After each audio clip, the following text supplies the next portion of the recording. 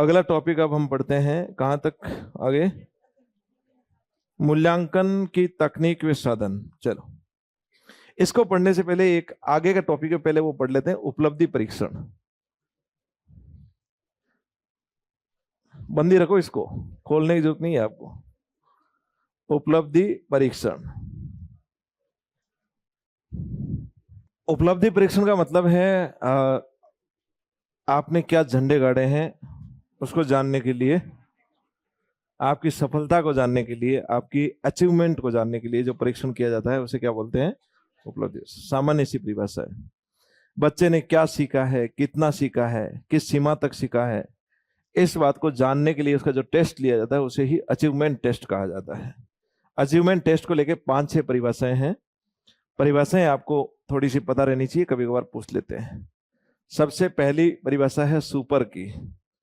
Super साहब का कहना है, आवाज नहीं, क्या सीखा है, कितना सीखा है, तथा कोई काम कितने अच्छे तरीके से कर रहा है। अच्छे तरीके से कर रहा है यानी कि सुपर साहब कहते हैं कि किसी बच्चे ने क्या सीखा है, कितना सीखा है, और जो चीज उसने सीखी है उसका उपयोग करते हुए कोई काम कितने अच्छे तरीके से कर रहा है, इस बात को जानना ही अचीवमेंट टेस्ट है। यदि वो अच्छे तरीके से काम कर रहा है इसका मतलब वो सुपरमैन हो चुका है। तो अच्छे तरीके से काम करने के बारे में बात किसने कही है? सुपरमैन ने। क्लियर? सेकंड परिभाषा आपके आती है इबेल। इबेल या एबल। एबल साहब कहते हैं ज्ञान को समझना, ज्ञान को समझना, दो बात बोलते हैं ये, वह कौशल की दक्षता का मापन करना, स्किल के एबिलिटी का मापन करना ही उपलब्धि परीक्षण है। ये कौन बोल रहे हैं? एबल। एबल साहब किसकी बात कर रहे हैं? एबिलिटी की बात करते हैं। ज्ञान को समझने की तथा कौशल की दक्षता का मापन करने को ही उपलब्धि परीक्षण किसने बोला है? इबेल ने।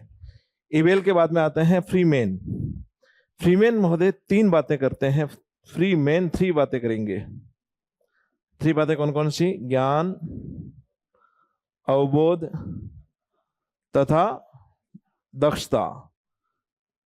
ये तीनों चीजें एक साथ आएगी। इनको यदि मापने की बात आती है तो कौन आएंगे? आपके फ्रीमैन।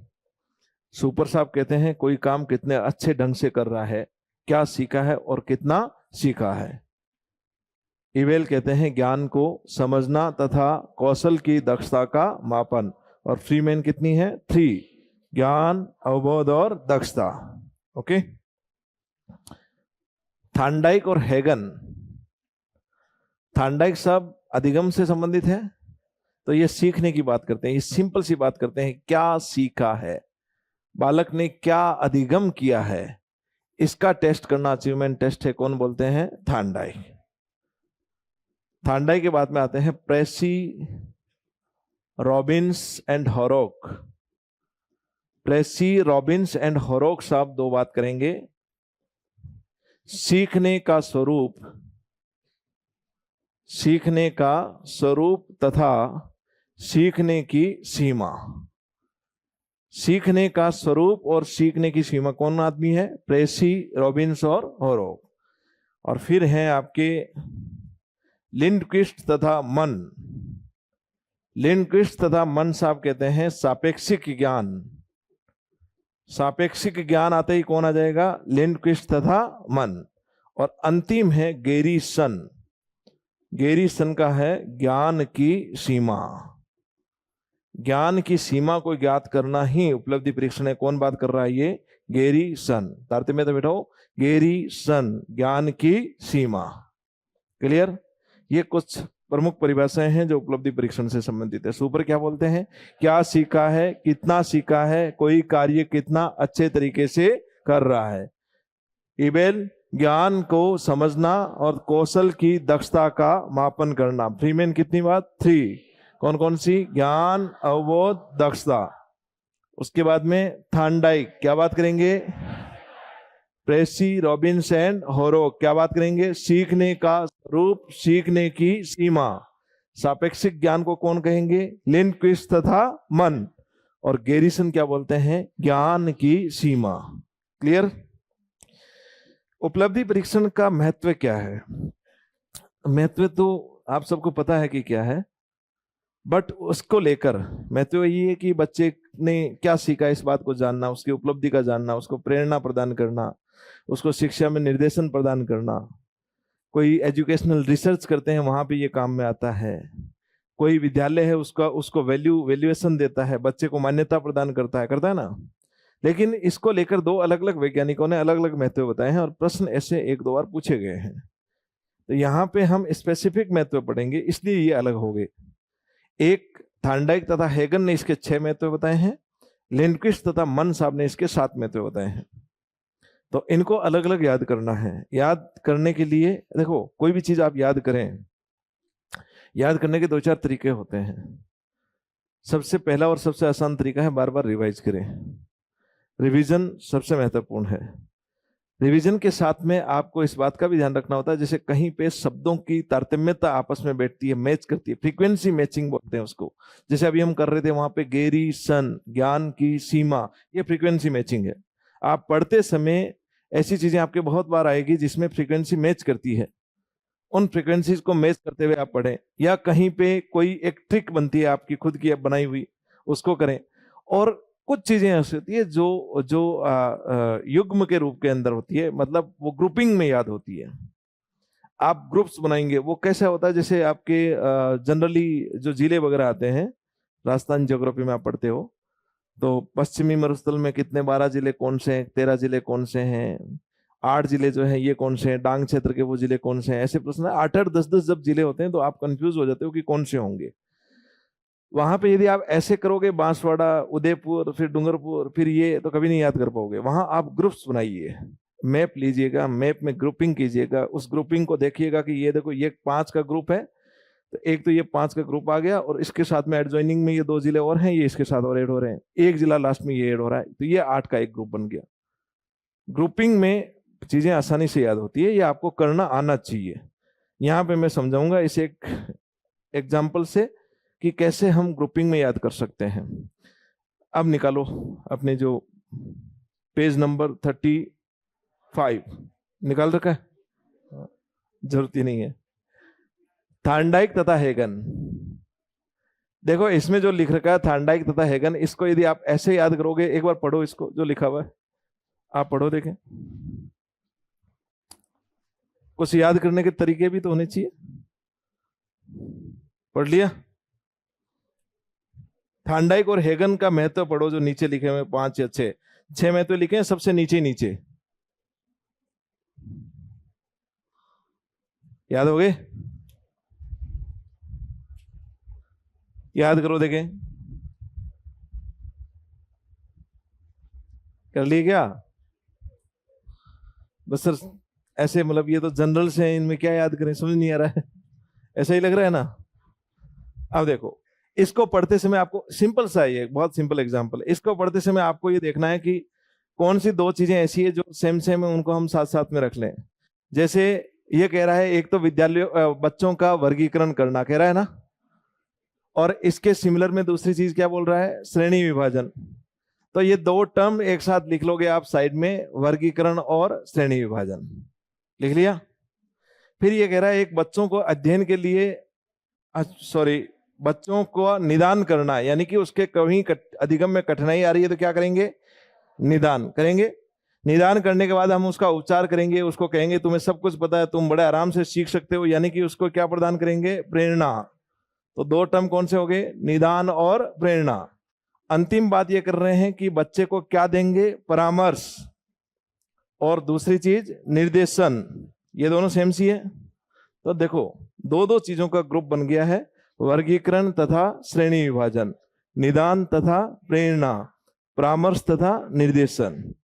अब एक तो पहले पढ़ रहे थे, याद नहीं हो रहा था, अब इसको 1 बार 2 बार आप लिख लोगे अपने साइड में, कॉपीज में। ये सब चीजें बनी बनाई नहीं मिलनी चाहिए, तब कभी नहीं याद होगी। यह आपकी खुद की प्रैक्टिस होनी चाहिए कि मैं पढ़ते समय मैं मेरे हिसाब से चीजों को रीअरेंज करूं। रीअरेंजमेंट याद आ रहा है क्या? अवबोध उद्देश्य में व्याख्या करना, सूचनाओं की व्यवस्था को अपनी समझ के आधार पर उन्हें व्यवस्थित करना, ये क्षमता होनी चाहिए आपके अंदर। ये क्षमता जब आप में होगी तो चीजों को समझ पाएंगे, और समझने से जो चीजें याद होती है वो बाकी कहीं से नहीं होगी। तो बताओ, देखिए थांडाइक हैगन के अनुसार क्या है, पहला वर्गीकरण तथा श्रेणी विभाजन। अब आप पढ़ते समय इन दोनों को एक साथ पढ़ोगे। फिर क्या है, निदान और प्रेरणा, फिर परामर्श और निर्देशन, याद हो जाएगी। सेकंड है इधर लिंडक्विस्ट तथा मन, नेक्स्ट पेज पर। लिंडक्विस्ट तथा मन जो कहते हैं, दो चीज सुधार की बात कर रहे हैं ये। एक तो शिक्षण विधि में सुधार कर रहे हैं, और दूसरा शिक्षण प्रक्रिया में सुधार कर रहे हैं। तो दो तो क्या हो गए, सुधार। इनको एक साथ कर लो, शिक्षण विधि में सुधार और शिक्षण प्रक्रिया में सुधार। फिर ये बच्चे को अध्ययन के लिए क्या करेंगे, प्रोत्साहित। तो अध्ययन के लिए प्रोत्साहन।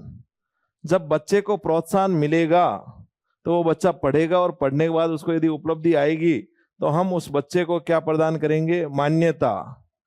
यस, अब आप एलिजिबल हो इसके लिए, आप सक्षम हो, आप मैथ्स में बहुत होशियार हो। उसको क्या प्रदान की है, मान्यता। उसको मान्यता इसलिए प्रदान की गई क्योंकि उसको पढ़ाने वाले विद्यालय और उसको पढ़ाने वाला विभाग जो है वो शानदार था ना। इसका मतलब हम ये देखेंगे कि किस विद्यालय में वो पढ़ा है, किस विभाग में पढ़ा है, हम उसको मूल्य प्रदान करेंगे। तो विद्यालय तथा विभाग को क्या प्रदान करेंगे, मूल्यन। और अंत में दो वही है, बच्चे का क्या करना है, निर्देशन, और शिक्षा में क्या करना है, शोध। तो पहला ग्रुप क्या है, शिक्षण विधि तथा प्रक्रिया में सुधार। बच्चे को क्या करना है, प्रोत्साहन, उसको क्या मिलेगी, मान्यता। विभाग को क्या मिलेगा, मूल्यन। तो क्या हो गया, प्रोत्साहन, मान्यता और मूल्यन। अंत में क्या है, निर्देशन और शोध। ये 7 किसने बताए हैं, लिंडक्विस्ट और मन ने। क्लियर है, दोनों में जो चीज सेम है, इधर प्रोत्साहन है, इधर क्या है, प्रेरणा है, इधर निर्देशन है, इधर भी क्या है, निर्देशन है। दो चीज ऐसी हैं जो दोनों में सेम है। ये उपलब्धि परीक्षण का महत्व हो गया आपके।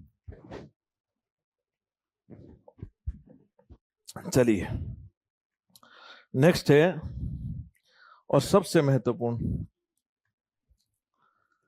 उपलब्धि परीक्षण के चरण। उपलब्धि परीक्षण निर्माण के चरण, निर्माण के चरण। अब ध्यान सामने, किताब बंद,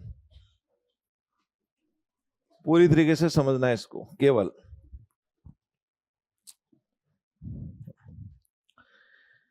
निर्माण के चरणों में जो प्रश्न पूछे गए हैं आज तक, उसमें एक प्रश्न ऐसा है जो विवादास्पद है, जो अबकी बार आपके पूछा गया था रीट में, कि उपलब्धि परीक्षण के निर्माण के कितने चरण होते हैं।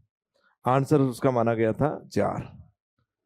ये प्रश्न मेरे हिसाब से वैलिड नहीं है, किसी भी सूरत में वैलिड नहीं है। उपलब्धि परीक्षण के निर्माण के कितने चरण होते हैं ये कोई निर्धारित नहीं कर सकता। एक्चुअल में जगदीश पुरोहितन की एक पुस्तक है मानव हिंदी ग्रंथ अकादमी की, उसमें उन्होंने 5 चरण बता रखे हैं। एक हिंदी ग्रंथ अकादमी की दूसरी पुस्तक है, उसमें 4 चरण बता रखे हैं। NIOS की एक पुस्तक है जिसमें 9 चरण बता रखे हैं। तो ये कोई वैज्ञानिक तो बता नहीं रहा कि इतने चरण है। यदि वैज्ञानिक का नाम लिख के आता तब आंसर सही हो सकता था। यदि वैज्ञानिक का नाम लिख के नहीं बोल रहा है, इसका मतलब अलग अलग पुस्तकों में अलग अलग चरण है, और वो हिंदी ग्रंथ अकादमी की और सब मानक पुस्तकें हैं। और मेरा मानना है कि कितने भी हो सकते हैं। मैं चाहूं तो 5 होंगे, मैं चाहूंगा तो 6 होंगे। आप उन चरणों को सब क्लासिफाइड और कर सकते हो। तो टेक्निकली वो प्रश्न गलत था। अब हम यहाँ पे 5 चरण पढ़ेंगे, तो 4 चरण होते हैं ऐसी कोई चीज है नहीं। आप पहले ये दिमाग में बिठा लेना, ठीक है। प्रश्न पूछा गया था वो तकनीकी रूप से गलत था। पहले भी एक बार ऐसा प्रश्न पूछा गया था जिसको डिलीट किया गया था, नैदानिक परीक्षण के कितने प्रकार होते हैं। आंसर उसमें 2 माना गया था। उसके बाद में उस प्रश्न के ऊपर आपत्ति आई थी और उसको डिलीट किया गया था। मुझे नहीं पता इसमें आपत्ति के बाद में इसका क्या हुआ है, डिलीट किया है कि नहीं किया। नहीं किया क्या, इसके बारे में आपको भी नहीं पता होगा। ठीक है, कोई बात नहीं, देखेंगे इसमें RPSC ने क्या किया। वो जो वहां पे दायरे की व्यापकता वाला है उसको तो उन्होंने डिलीट किया, इसका भी चेक करेंगे, इसमें भी कुछ किया होगा। बाकी ये प्रश्न डिलीट होने वाला प्रश्न था। उपलब्धि परीक्षण के निर्माण के हम पढ़ेंगे 5 चरण, ठीक है। सबसे पहला चरण है योजना का निर्माण। योजना का निर्माण करना, प्लानिंग बनाना। योजना जैसे ही बन जाएगी वैसे ही फिर हम करेंगे प्रश्नों का निर्माण। सेकंड चरण है प्रश्न का निर्माण। प्रश्न बनने के बाद में अंकन योजना, अंकन योजना बनाना। फिर प्रत्येक प्रश्न का विश्लेषण, प्रश्न का विश्लेषण। और अंत में आपके दिया हुआ है परीक्षण का मूल्यांकन, परीक्षण का मूल्यांकन। एग्जाम में आपके प्रश्न दूसरा पूछा जाता है, वो ये पूछा जाता है निम्नलिखित में से कौन सा चरण है या कौन सा चरण नहीं है, या सही चरणों का क्रम में क्या है। 3 प्रकार के प्रश्न पूछे जाएंगे। जनरली ये 3 ही प्रकार के पूछे जाते हैं। चरणों के 4 प्रकार आरपीएससी ने अपनी, ये बोर्ड ने अपनी तरफ से पता नहीं कहां से बताए हैं। मेरे हिसाब से उसे एक मानव ग्रंथ अकादमी, हिंदी ग्रंथ अकादमी की पुस्तक है, केवल उसी में से उन्होंने उठाए होंगे और उसमें 4 लिखे हुए थे। उनका मानना यह होगा कि 4 ही होंगे। मापन मूल्यांकन के लिए सबसे महत्वपूर्ण और सबसे ज्यादा प्रचलित पुस्तक हिंदी ग्रंथ अकादमी की ही जगदीश पुरोहितान की है। उसमें उन्होंने 5 चरण बता रखे हैं। ठीक है, इससे पहले तक जितने भी प्रश्न बने हैं वो लगभग उसी पुस्तक में से बनाए गए थे। इन 5 चरणों को एक एक करके पढ़ते हैं। सबसे पहला चरण है योजना का निर्माण करना। अब इसको समझना, एक पेपर कैसे बनाया जाता है इस बात को आप समझना। इससे आपको पता चल जाएगा कि पेपर एक्चुअल में बनाया कैसे जाता है। समझ जाएंगे आप रीड का पेपर कैसे बनता है ना। बनने की प्रक्रिया यदि आप समझ जाओगे तो पढ़ने में आपको बड़ी आसानी होगी। क्या बात है, क्वेश्चंस नहीं पता, वो तो क्वेश्चंस ही बता दें सीधे। कितने होशियार बालक है देखो। और हमें ये पता होता कि क्वेश्चंस क्या है, इतना पढ़ाने की जरूरत पड़ती क्या, सीधा बिठाते और क्वेश्चंस ही बता देते हैं। आपको ये पता होना चाहिए कि प्रश्न बनते कैसे हैं, तो आपको सारे प्रश्न अपने आप पता चल जाएंगे। आप में यदि ये क्षमताएं विकसित हो गई कि कहां से प्रश्न बनेगा, सिर्फ इतना समझ लिया आप लोगों ने, तो कोई भी एग्जाम बड़े आसानी से, क्योंकि उससे आप में एक गुण आ जाएगा। ग्रहण करने के अंदर हमने 3 चीजें देखी थी ना, ग्रहण करने के प्रति जागरूकता, ग्रहण करने की इच्छा, चयनात्मक और नियंत्रित रूप से ध्यान देने की क्षमता। तो आप में क्षमता होनी चाहिए कंट्रोल्ड एंड सिलेक्टेड अटेंशन की। यदि ये क्षमता आप में विकसित है तो पूरे पेपर आउट है, कोई सा भी आप निकाल सकते हो। खुद पढ़ते जाओ, आपको पता चलता जाएगा यहां से प्रश्न बनेगा, यहां से बनेगा, यहां से नहीं बनेगा। आप में एक क्षमताएं होनी चाहिए। चलो पहले देखते हैं पेपर बनता कैसे है। योजना के निर्माण में 3 चीजें काम में ली जाती है। सबसे पहला है उद्देश्य का निर्धारण। यही करते हैं सबसे पहले। कोई भी मूल्यांकन प्रक्रिया का सबसे पहला चरण क्या होगा? उद्देश्य का निर्धारण। ब्लूम साहब ने भी यही बात कही थी वहां पे। उद्देश्य का निर्धारण करने के बाद में दूसरा करते हैं अभिकल्प का निर्माण करना। अभिकल्प का मतलब क्या हुआ? हिंदी में अभिकल्प आ गया तो क्या करोगे? क्या करोगे? तो इंग्लिश देखेंगे। इंग्लिश में क्या लिखा हुआ है आपके? डिजाइन। या हिंदी का दूसरा शब्द क्या हो सकता है? स्वरूप। उसकी डिजाइन क्या होगी, उसका स्वरूप क्या होगा, उसकी रचना करेंगे। अभिकल्प का निर्माण करेंगे या स्वरूप का निर्माण करेंगे या डिजाइन का निर्माण करेंगे। डिजाइन तो समझ में आ रहा है ना। और अंत में हम बनाएंगे पहले चरण में ब्लू प्रिंट। ब्लू प्रिंट का निर्माण। तो योजना के निर्माण में कितने चरण हो गए? 3। कौन कौन से? उद्देश्य का निर्धारण, अभिकल्प का निर्माण या स्वरूप का निर्माण, और ब्लू प्रिंट का निर्माण। अब ऑब्जेक्टिव जो आप निर्धारित करेंगे, ये हमने वहां पढ़ा था, एक RCEM उपागम पढ़ा था ना। RCEM उपागम में कितने ऑब्जेक्टिव्स थे? याद नहीं है? कितने थे? 4। कौन कौन से? ज्ञान, अवबोध, ज्ञानोपयोग और सृजनात्मकता। याद आ रहा है कुछ? लास्ट के अंदर RCEM उपागम पढ़ा था। तो 4 उद्देश्य जो वहां थे, उसमें सृजनात्मकता की जगह हमारे यहाँ पर प्रश्न बनाते समय शब्द काम में लिया गया है कौशल। तो कुल मिलाकर अभी एक प्रश्न पत्र के निर्माण में राजस्थान में कुल कितने उद्देश्य काम में लिए जाते हैं? 4। कौन कौन से? ज्ञान, अवबोध, ज्ञानोपयोग और कौशल। ज्ञान के अंदर यदि आपके प्रश्न पूछे परिभाषित करना तो क्या होगा? ज्ञान। विशेषताएं लिखो तो क्या होगा? ज्ञान। आते ना इसे, ये ज्ञान उद्देश्य से संबंधित प्रश्न हुए। उदाहरण देना कौन सा हुआ? अवबोध। याद आ रही है क्या पहली क्लास? वर्गीकरण करना कौन सा हुआ? अवबोध। यदि वर्गीकरण के, उदाहरण के, अंतर के या व्याख्या करने के प्रश्न आ गए तो कौन सा उद्देश्य हुआ? अवबोध। दिए हुए आंकड़ों के अनुसार बहुलक का निर्माण कीजिए, दिए हुए आंकड़ों के अनुसार आवर्ती चित्र बनाइए, पढ़ाए हुए अनुसार एक सौर मंडल बनाइए, ज्ञानोपयोग। वहां क्या होगा? ज्ञानोपयोग। तीन तो ये हो गए सीधे सीधे, ज्ञान, अवबोध और ज्ञानोपयोग। फिर तीन नीचे थे, कौन कौन से? विश्लेषण, संश्लेषण, मूल्यांकन। उन तीनों को तथा एक क्रियात्मक पक्ष को मिलाकर इन्होंने क्या बना दिया? कौशल। यदि आपसे कोई चित्र बनवा रहा है, दिए हुए के अनुसार नहीं बना रहा है, कोई चित्र भी बनवा रहा है, तो चित्र का निर्माण करना कौन सा हो गया? कौशल। नए ज्ञान का सृजन करवा रहा है तो कौन सा हुआ? कौशल। मूल्यांकन करवा रहा है, आपस में तर्क विश्लेषण करवा रहा है तो कौशल। अब देखिए, आप ज्ञानात्मक पक्ष की परिभाषा में जाइए।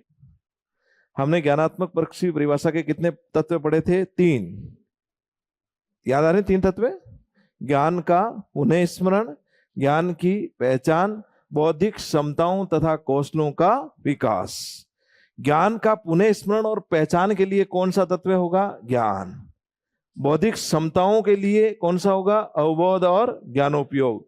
और कौशल का विकास के लिए कौन सा होगा? कौशल। समझ गए?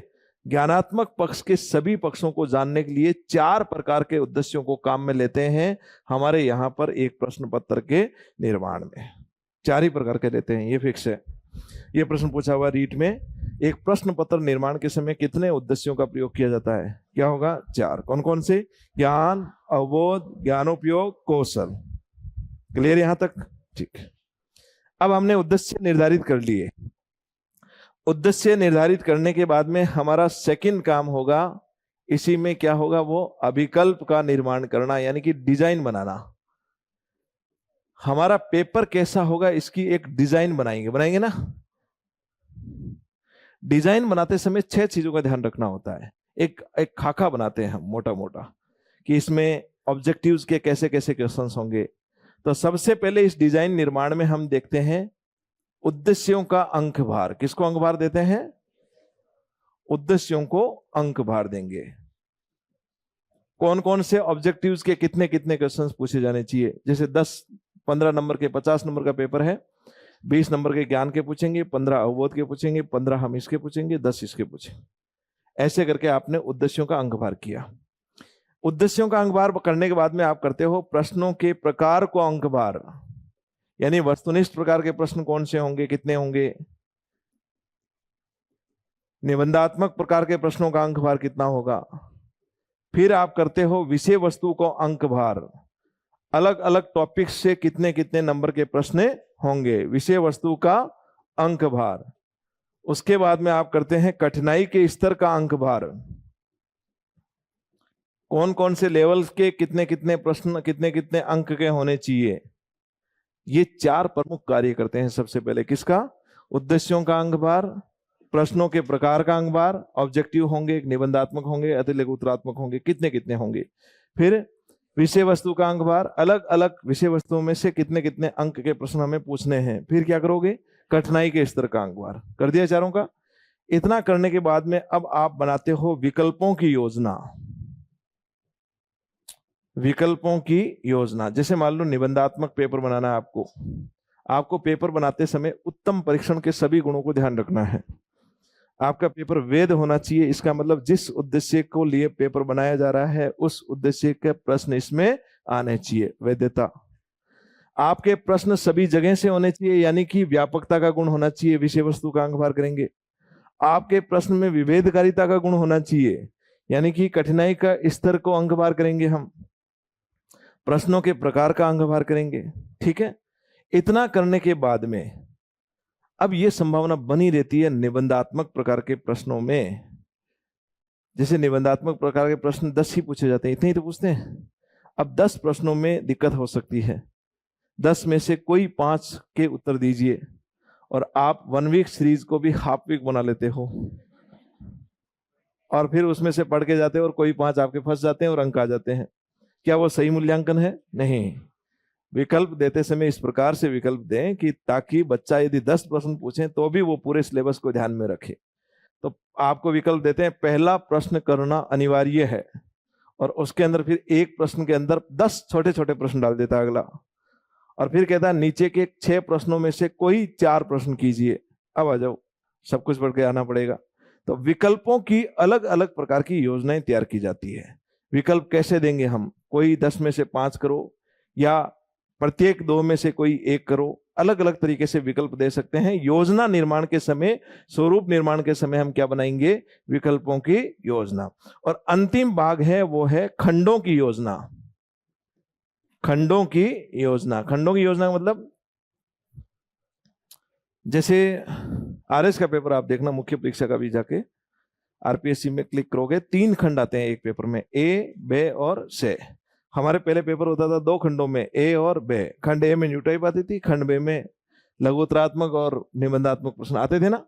तो आपको पेपर बनाते समय किस प्रकार के खंडों का योजना बनानी है, उसको पहले ही डिजाइन निर्माण के समय ध्यान रखेंगे।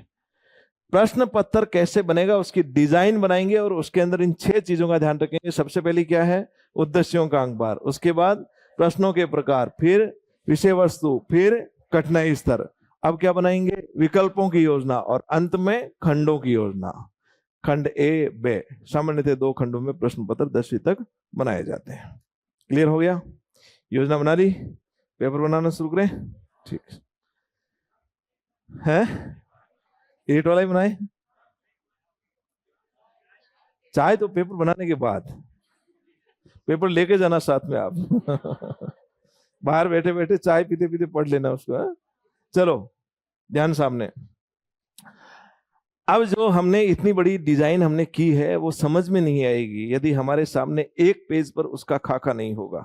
नहीं आएगी ना। प्रश्न यहां से इतने होने चाहिए, यहां से इतने होने चाहिए, और कैसे होने चाहिए पता ही नहीं चल रहा है। डिजाइन तो आपने बना दी लेकिन मुझे कुछ नहीं समझ में आ रहा है। तो जो कुछ डिजाइन हमने बनाई है उसको एक त्रिआयामी, एक ही पेज पर उसको खाका उसका बनाएंगे, ताकि पेपर बनाते समय वो एक पेज का खाका मेरे सामने रहे, और उस खाके को क्या बोलते हैं? ब्लूप्रिंट। और इस ब्लूप्रिंट में 4 तत्व सम्मिलित होते हैं। ये प्रश्न बहुत बार पूछा गया है, बहुत ज्यादा बार पूछा गया है कि निम्नलिखित में से कौन सा तत्व ब्लूप्रिंट में सम्मिलित नहीं है। जो 4 तत्व इसमें सम्मिलित होते हैं वो 4 तत्व कौन कौन से हैं? ये 4।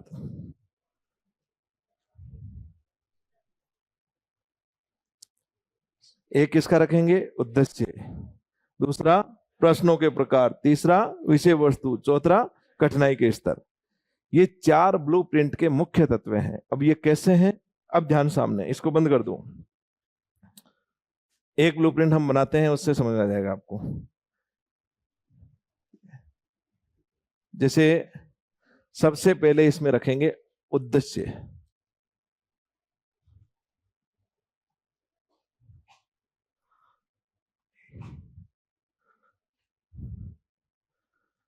ऊपर ऊपर हमने रखा उद्देश्य। देखो मैं यहां 2 ही उद्देश्य लिखूंगा, बोर्ड छोटा है पीछे तक दिखाई नहीं देगा। एक पेज में 4 उद्देश्य ऐसे लिखे जाते हैं, 1, 2, 3 और 4।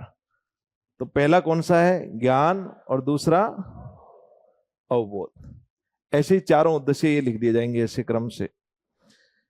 उद्देश्य लिखने के बाद में वो लिखता है प्रश्नों के प्रकार।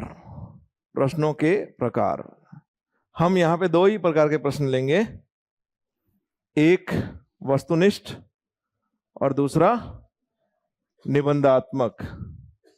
ठीक है। प्रश्नों के प्रकार के बाद में लेंगे वो कठिनाई के स्तर। कठिनाई के स्तर कितने हैं? 3 लेंगे हम, जैसे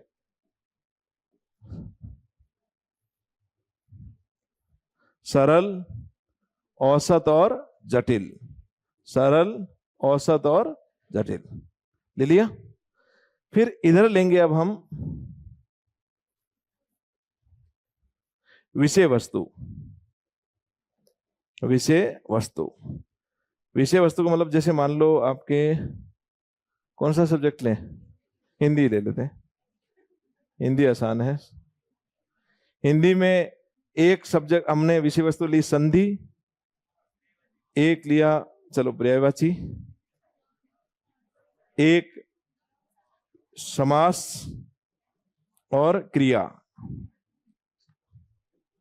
ये चार ही आपके विषय वस्तु हैं सिलेबस में, मान लो इनको ले लिया। ओके, अब ये एक खाका होगा आपके सामने, एक ही पेज पे ये सारी चीजें होंगी, उसमें सब कुछ होगा।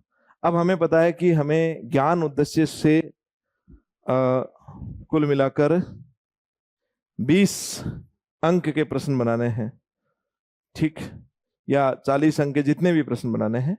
और मुझे मान लो वस्तुनिष्ठ प्रकार के प्रश्नों की संख्या रखनी है 10 और निबंधात्मक प्रकार के प्रश्नों की संख्या रखनी है 5। ये लिखेंगे नहीं इसमें।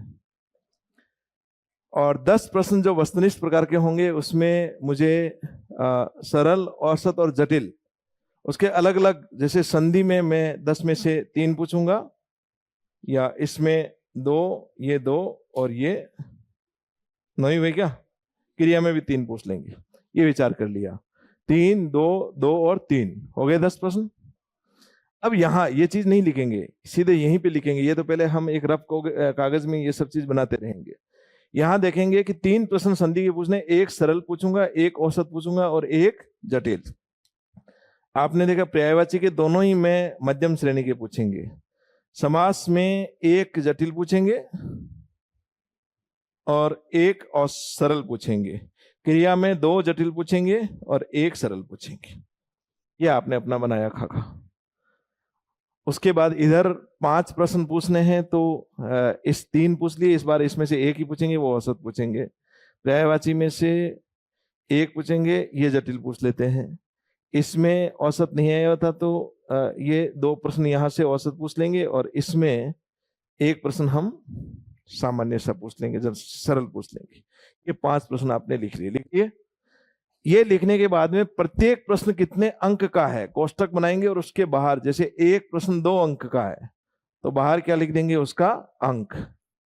ये एक प्रश्न 10 अंक का है तो बाहर क्या लिख देंगे, अंक, एक प्रश्न का अंक। ऐसे ये आपका खाका हो गया। इसी प्रकार से ज्ञान के जैसे आपने बनाए हैं वैसे किसकी बना लोगे, अवबोध के, वैसे सभी के बनाते हुए एक पेज पर सारी चीजें आ जाएगी। तो इसमें कौन सी चीज आ रही है, सबसे पहले उद्देश्य। प्रत्येक प्रकार के उद्देश्य के प्रश्न आगे हमारे ब्लूप्रिंट से हमें पता चल गया, ठीक। दूसरा क्या आ रहा है, प्रश्नों के प्रकार।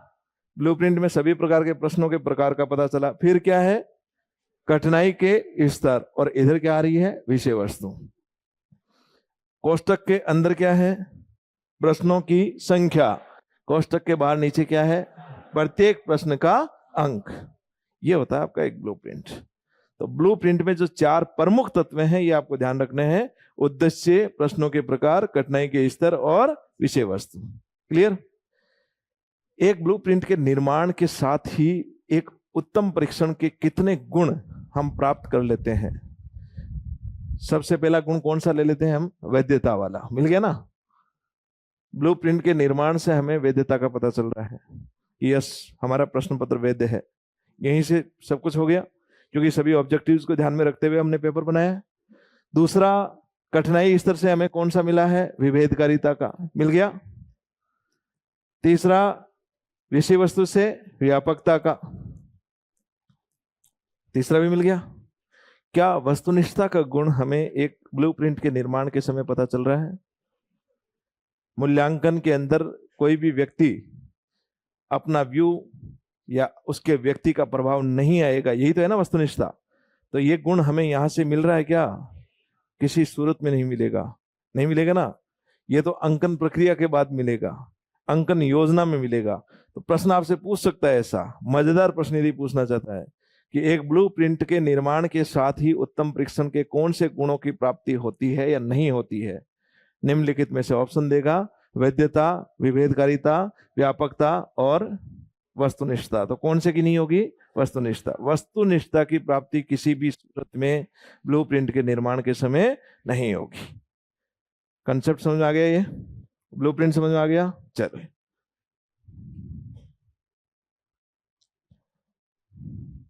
ठीक है, योजना हमारी पूरी हुई। योजना निर्माण में पहले क्या है? उद्देश्य का निर्धारण। फिर क्या है? स्वरूप का निर्माण। स्वरूप निर्माण में 6 चीजों का ध्यान रखते हैं: उद्देश्य, प्रश्नों के प्रकार, विषय वस्तु, कठिनाई का स्तर, योजना और विकल्पों की योजना और खंडों की योजना। उसके बाद में क्या है? ब्लूप्रिंट। ब्लूप्रिंट बनने के बाद में जैसा ब्लूप्रिंट बोल रहा है वैसे वैसे अब हम क्या बनेंगे? प्रश्न। तो क्या करेंगे? प्रश्नों का निर्माण शुरू करेंगे। सरल लिखा हुआ है, एक सरल प्रश्न बनाना है, संधि से किताब ली और संधि से एक सरल प्रश्न बना दिया। एक जटिल प्रश्न बनाना है, समाज से उससे ली और बना दिया। हमारे सामने जो ब्लूप्रिंट लिखा हुआ है, रखा हुआ है, उसको ध्यान में रखते हुए अब किसका निर्माण करेंगे? प्रश्न का। प्रश्न पूछा जाता है आपसे, निम्नलिखित में से कौन सी चरण ब्लूप्रिंट के निर्माण के बाद आता है? तो कौन सा आएगा? प्रश्न का निर्माण। रटने की जरूरत नहीं है, आप कंसेप्ट समझो इसका, अपना आप समझ आएगा आपको। बनाया प्रश्न, ब्लूप्रिंट बनने के बाद ही तो बनाएंगे, पहले तो बना नहीं सकते। प्रश्न बनाने के बाद में प्रत्येक, अच्छा ये प्रश्न हमने बना लिए, अब इनके लिए क्या बनाएंगे? अंकों की योजना। सभी प्रश्न बनाने के बाद में अब हम अंकन की योजना बनाएंगे कि उनको जो हम अंक देंगे, उनकी मार्किंग करेंगे, वो कैसे करेंगे। तो अंकन योजना में यदि वस्तुनिष्ठ प्रकार का पेपर है तब क्या करेंगे? हम उत्तर तालिका का निर्माण करेंगे। आंसर की करते हो ना आप, सर आंसर की भेज दो फटाफट, अच्छी सी आंसर की भेज दो, गलत नहीं होनी चाहिए आंसर, टाइपिंग एरर नहीं होनी चाहिए, वस्तुनिष्ठता होनी चाहिए ना। तो पहली चीज उत्तर तालिका बना दी। हालांकि वस्तुनिष्ठ प्रकार के प्रश्नों में वस्तुनिष्ठता 100% होती है, तो दिक्कत नहीं है उसमें। इतना ही ध्यान रखना है कि आंसर वही जाए जो एक्चुअल में हो, गलती से गलत आंसर नहीं जाए। और यदि निबंधात्मक प्रकार का प्रश्न है तो हमें मॉडल आंसर्स बनाने चाहिए। मॉडल उत्तर बनाते हुए प्रशिक्षक को इसके लिए प्रशिक्षित करना चाहिए, एग्जामिनर को उसके लिए प्रशिक्षित करना चाहिए। ये इसलिए करते हैं ताकि अंकन प्रक्रिया में व्यक्ति का प्रभाव नहीं हो। अंकन प्रक्रिया को वस्तुनिष्ठ बनाने के लिए प्रत्येक प्रशिक्षित उस एग्जामिनर को हम प्रशिक्षित करते हैं। देखो, आपको जब अंक देने हैं, ये एक मॉडल आंसर है, इसमें आपको ये ध्यान रखना है कि इस प्रश्न के उत्तर में ये की पॉइंट्स आने ही आने चाहिए।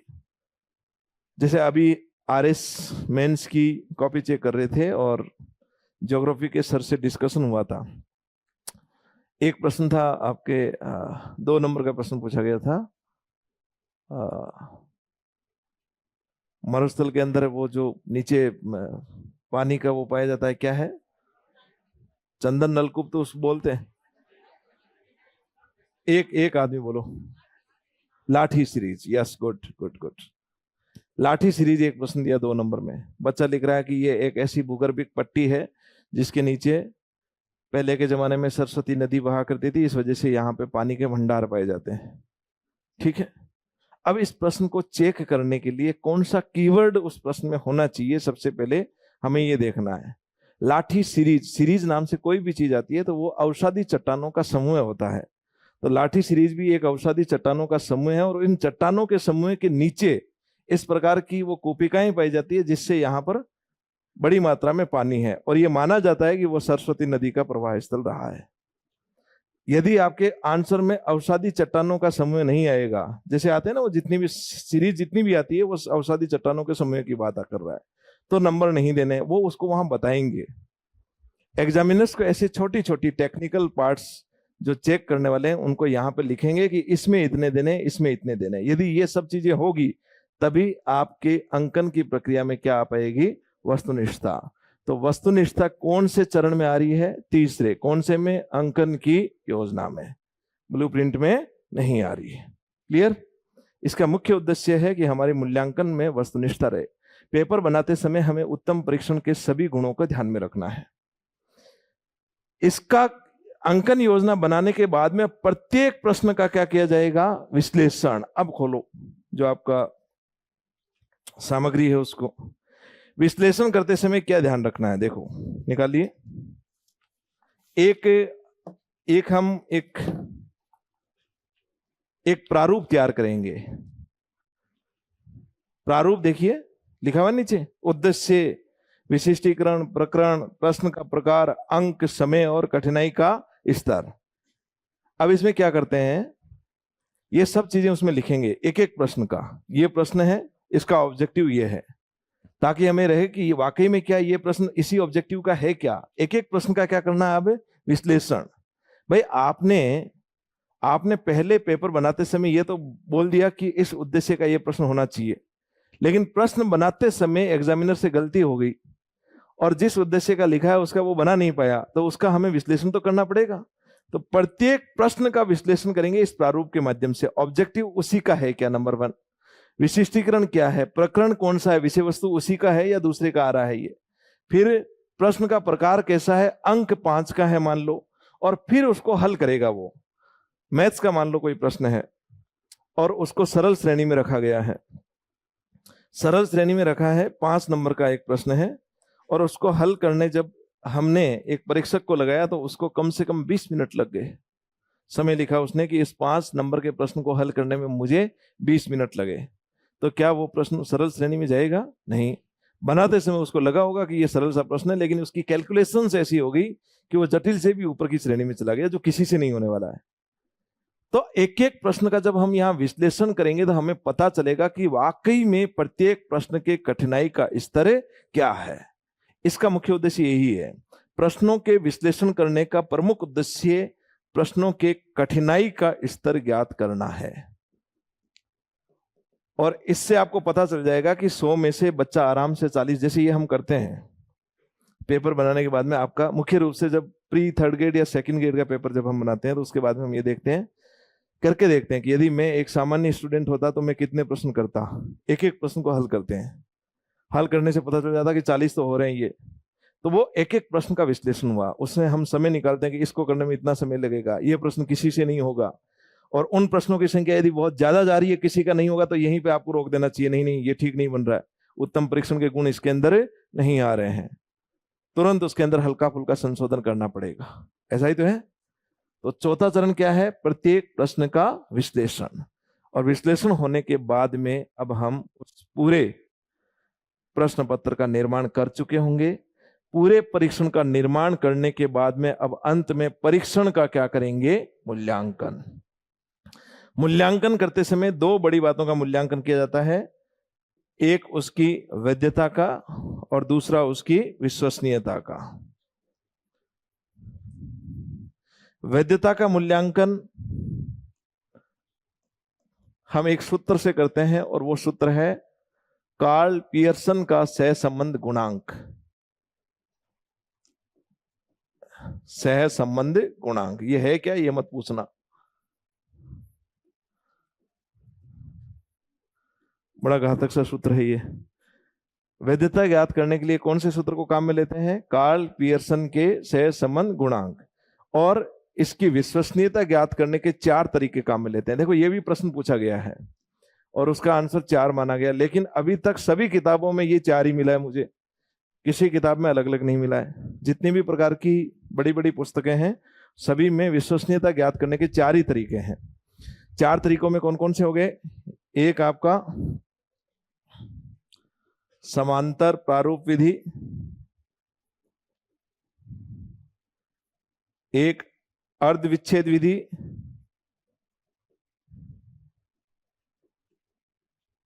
एक पुनः परीक्षण, ये प्रश्न आपके रीट में पूछा गया था, पुनः परीक्षण विधि, और एक तर्कयुक्त समानता विधि।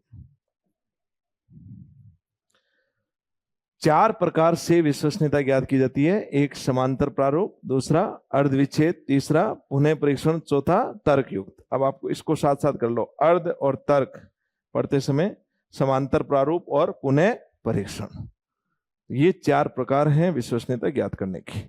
इससे हमें पता चलेगा प्रश्न पत्र विश्वसनीय है, और विश्वसनीयता ज्ञात होने के बाद में उस प्रश्न पत्र को भेज देंगे और उसका आयोजन करवाया जाएगा। ये एक प्रश्न पत्र का निर्माण किया जाता है। अब इसमें ये जो चरण हुए ये 5 की जगह 7 हो सकते हैं। पहला चरण बहुत सी जगह ऐसा लिखा हुआ है कि शिक्षण उद्देश्यों का निर्धारण, ये कौन सा चरण हो गया, पहला। स्वरूप निर्माण कौन सा हो गया, दूसरा। ब्लूप्रिंट कौन सा हो गया, तीसरा। उसके बाद में क्या आएगा, प्रश्नों का निर्माण, ब्लूप्रिंट के बाद में प्रश्नों का निर्माण, उसके बाद अंकन योजना, उसके बाद प्रत्येक प्रश्न का विश्लेषण, और फिर परीक्षण का मूल्यांकन, और कुछ इसके बाद भी लिखते हैं कि परीक्षण का प्रशासन। छठवां ये भी लिख देते हैं, इसको आयोजित करवाना ना, तो मूल्यांकन करने के बाद उस परीक्षण को आयोजित करवाना ही परीक्षण का प्रशासन कहलाता है। क्लियर सभी के?